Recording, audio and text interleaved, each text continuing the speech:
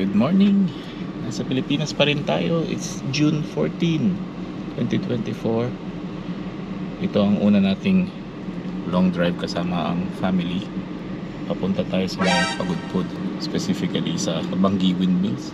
Okay, si Baby Titsio tsaka si Kuya, mag-i-sleep sila. Ayan yung house natin. Bye-bye house muna. I-share natin yung location. Meron tayong accommodation na pupuntahan doon, ang Kai's Heaven. Lalagyan natin sa description box below sa mga gustong pumunta dyan, mag-relax sa north. Anyway, we'll hit the road, so we'll see you later.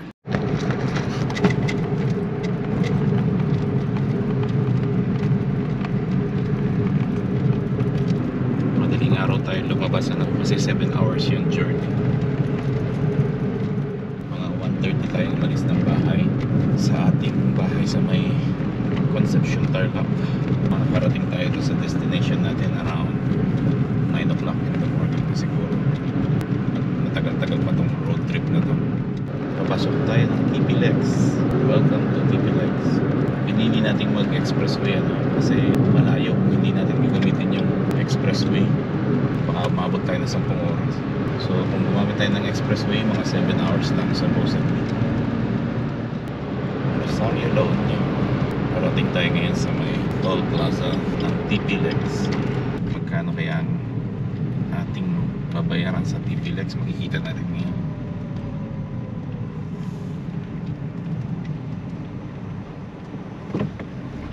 ₱311 pesos po from entrance natin sa may Concepcion TP Lex hanggang dito sa Santo Rosario Loan. 311 pesos as of this day. Welcome to Ago. Hello po muli sa inyo. It's 3:30 AM 3:29 actually. Nasa Bawang na tayo.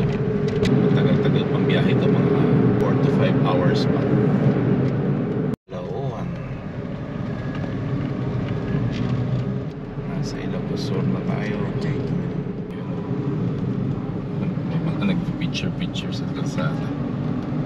Dahan-dahan lang. Ay. Candon City. Sa Candon City tayo. 4:58 AM. 3 to 4 hours pa ulit.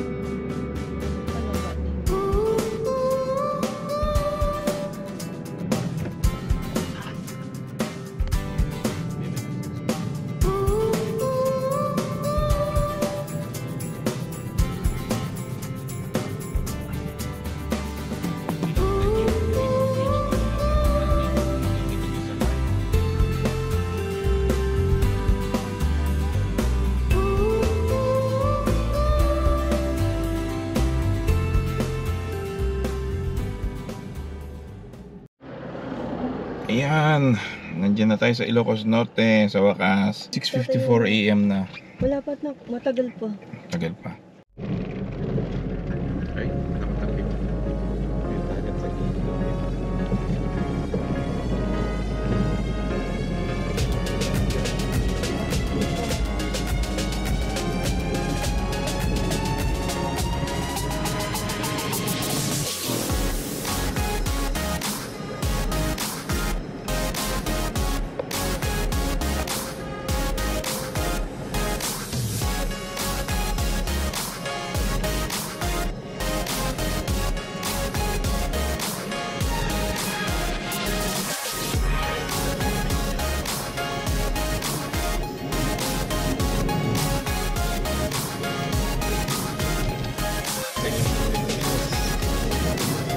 Dito na tayo sa may Banggi, sa may Pagudpog.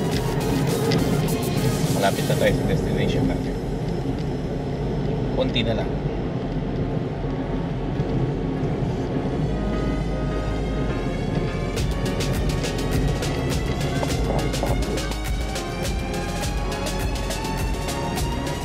Ayan na, welcome to Banggi. Finally. Ayan na po. 7 hours. No, 8 hours pala. Kasi anong oras tayo pala is 1:30. 9 o'clock. 7:30.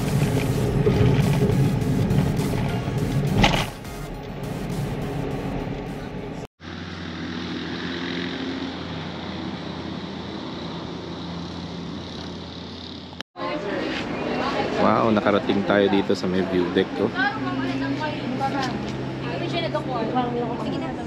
Hi, Chichi. Hello, Chichi. Look at the windmills, eh. Kita mo yung mga windmills. Dito ka, Chichi. Tara, tingnan mo yung windmills dito. Wow, yun oh. Kita mo sila. Ang dami, oh. Huh?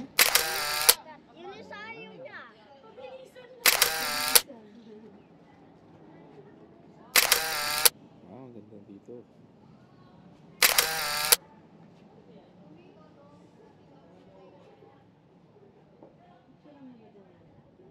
Oh.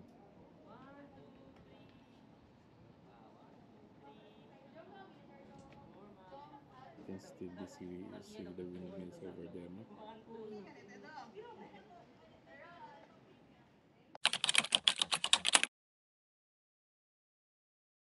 Ayan na yung destination natin. Medyo naligaw pa tayo ng konti.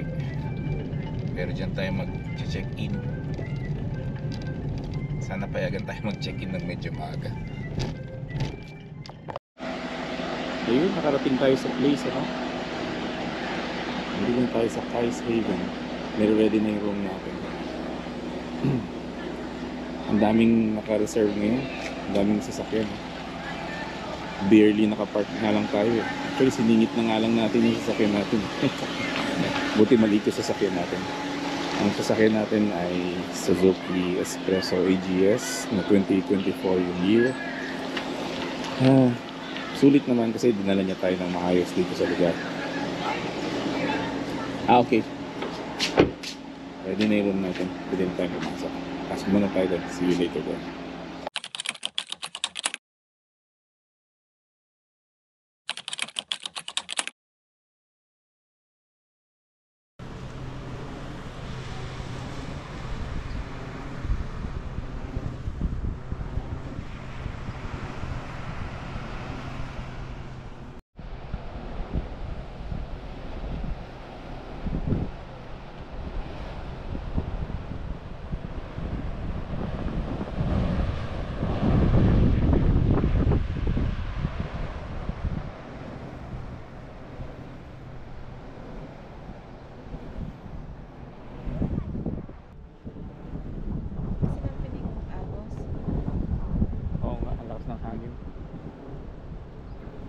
Kaya nga gumagawa sila ng electric power dito kasi malakas ang hangin. Yung mga boat sa baba. Ayan yung nearest windmill. Nasa tapat lang natin. Ang laki.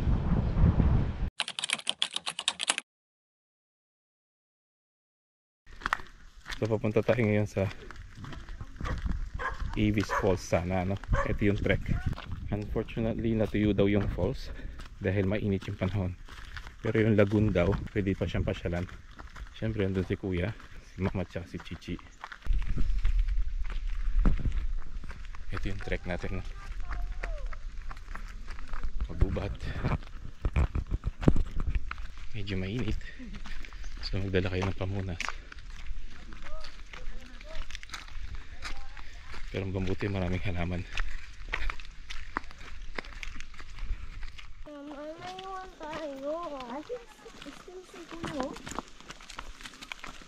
Bakit ang bilis niya? Kasi he knows the way. Meron tayong isang guide doon, ano? Isang local siguro dito.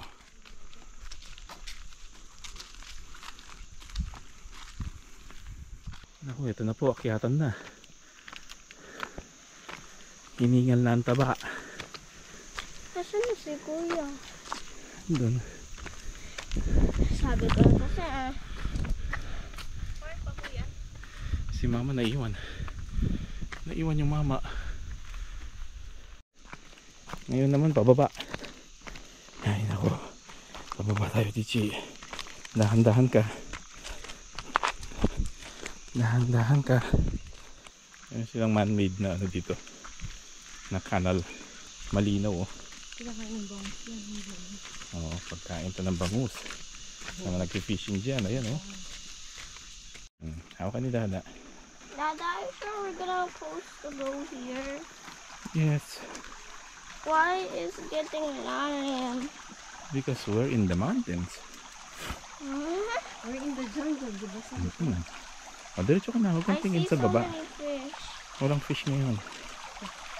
This one first. Are those seaweeds? Yes, those are weeds.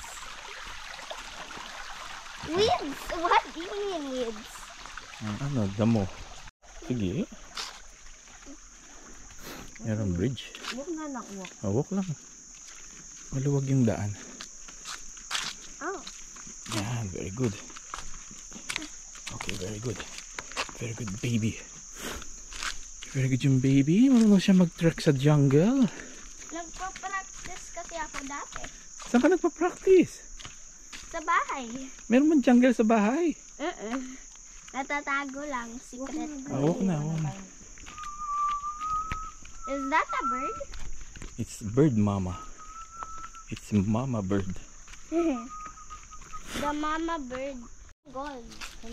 Very deep. Dad, I see some gold there. There's no gold here. I see it's hiding. It was just hiding.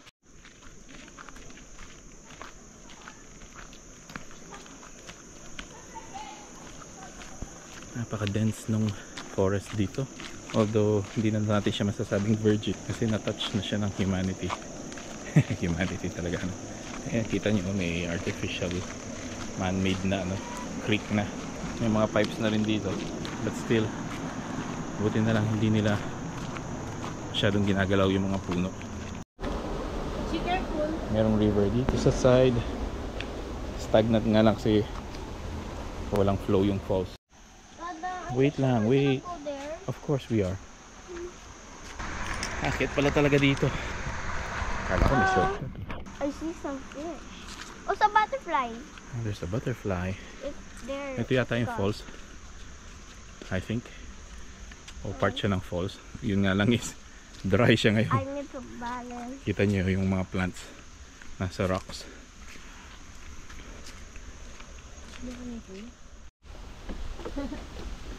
Lumabit kami sa isang wooden bridge.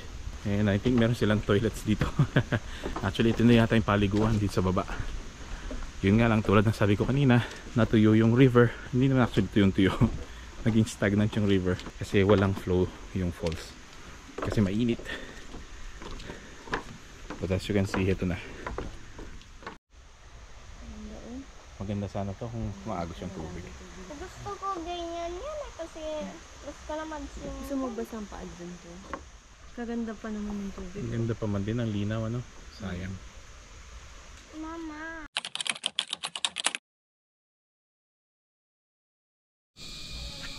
Ito yung kay 7 sa gabi. Kami na lang nandito. Kaya ilang guest. Yung mga nipa house nila, meron silang 4. Ang prices nila is nagre-range ng 2,900. Meron din silang maliit na mart dito. Nagsisell sila ng mga noodles, mga food stuff. At banda doon, meron silang swimming pool. Ito yung pool area. Yung sa side nito pang bata, yung sa side na yan pang adults.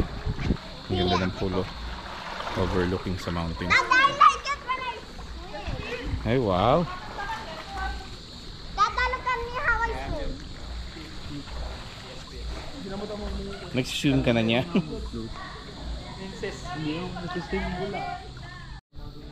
Meron din sila mga cottages.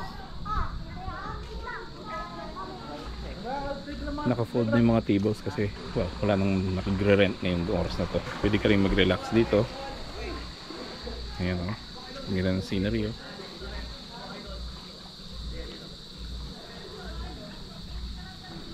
And you can view all of this at the comfort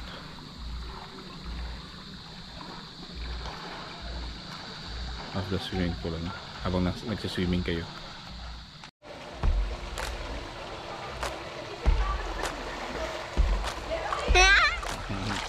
You come here. Oh, Let's go on this. video ko kayo ni Kuya.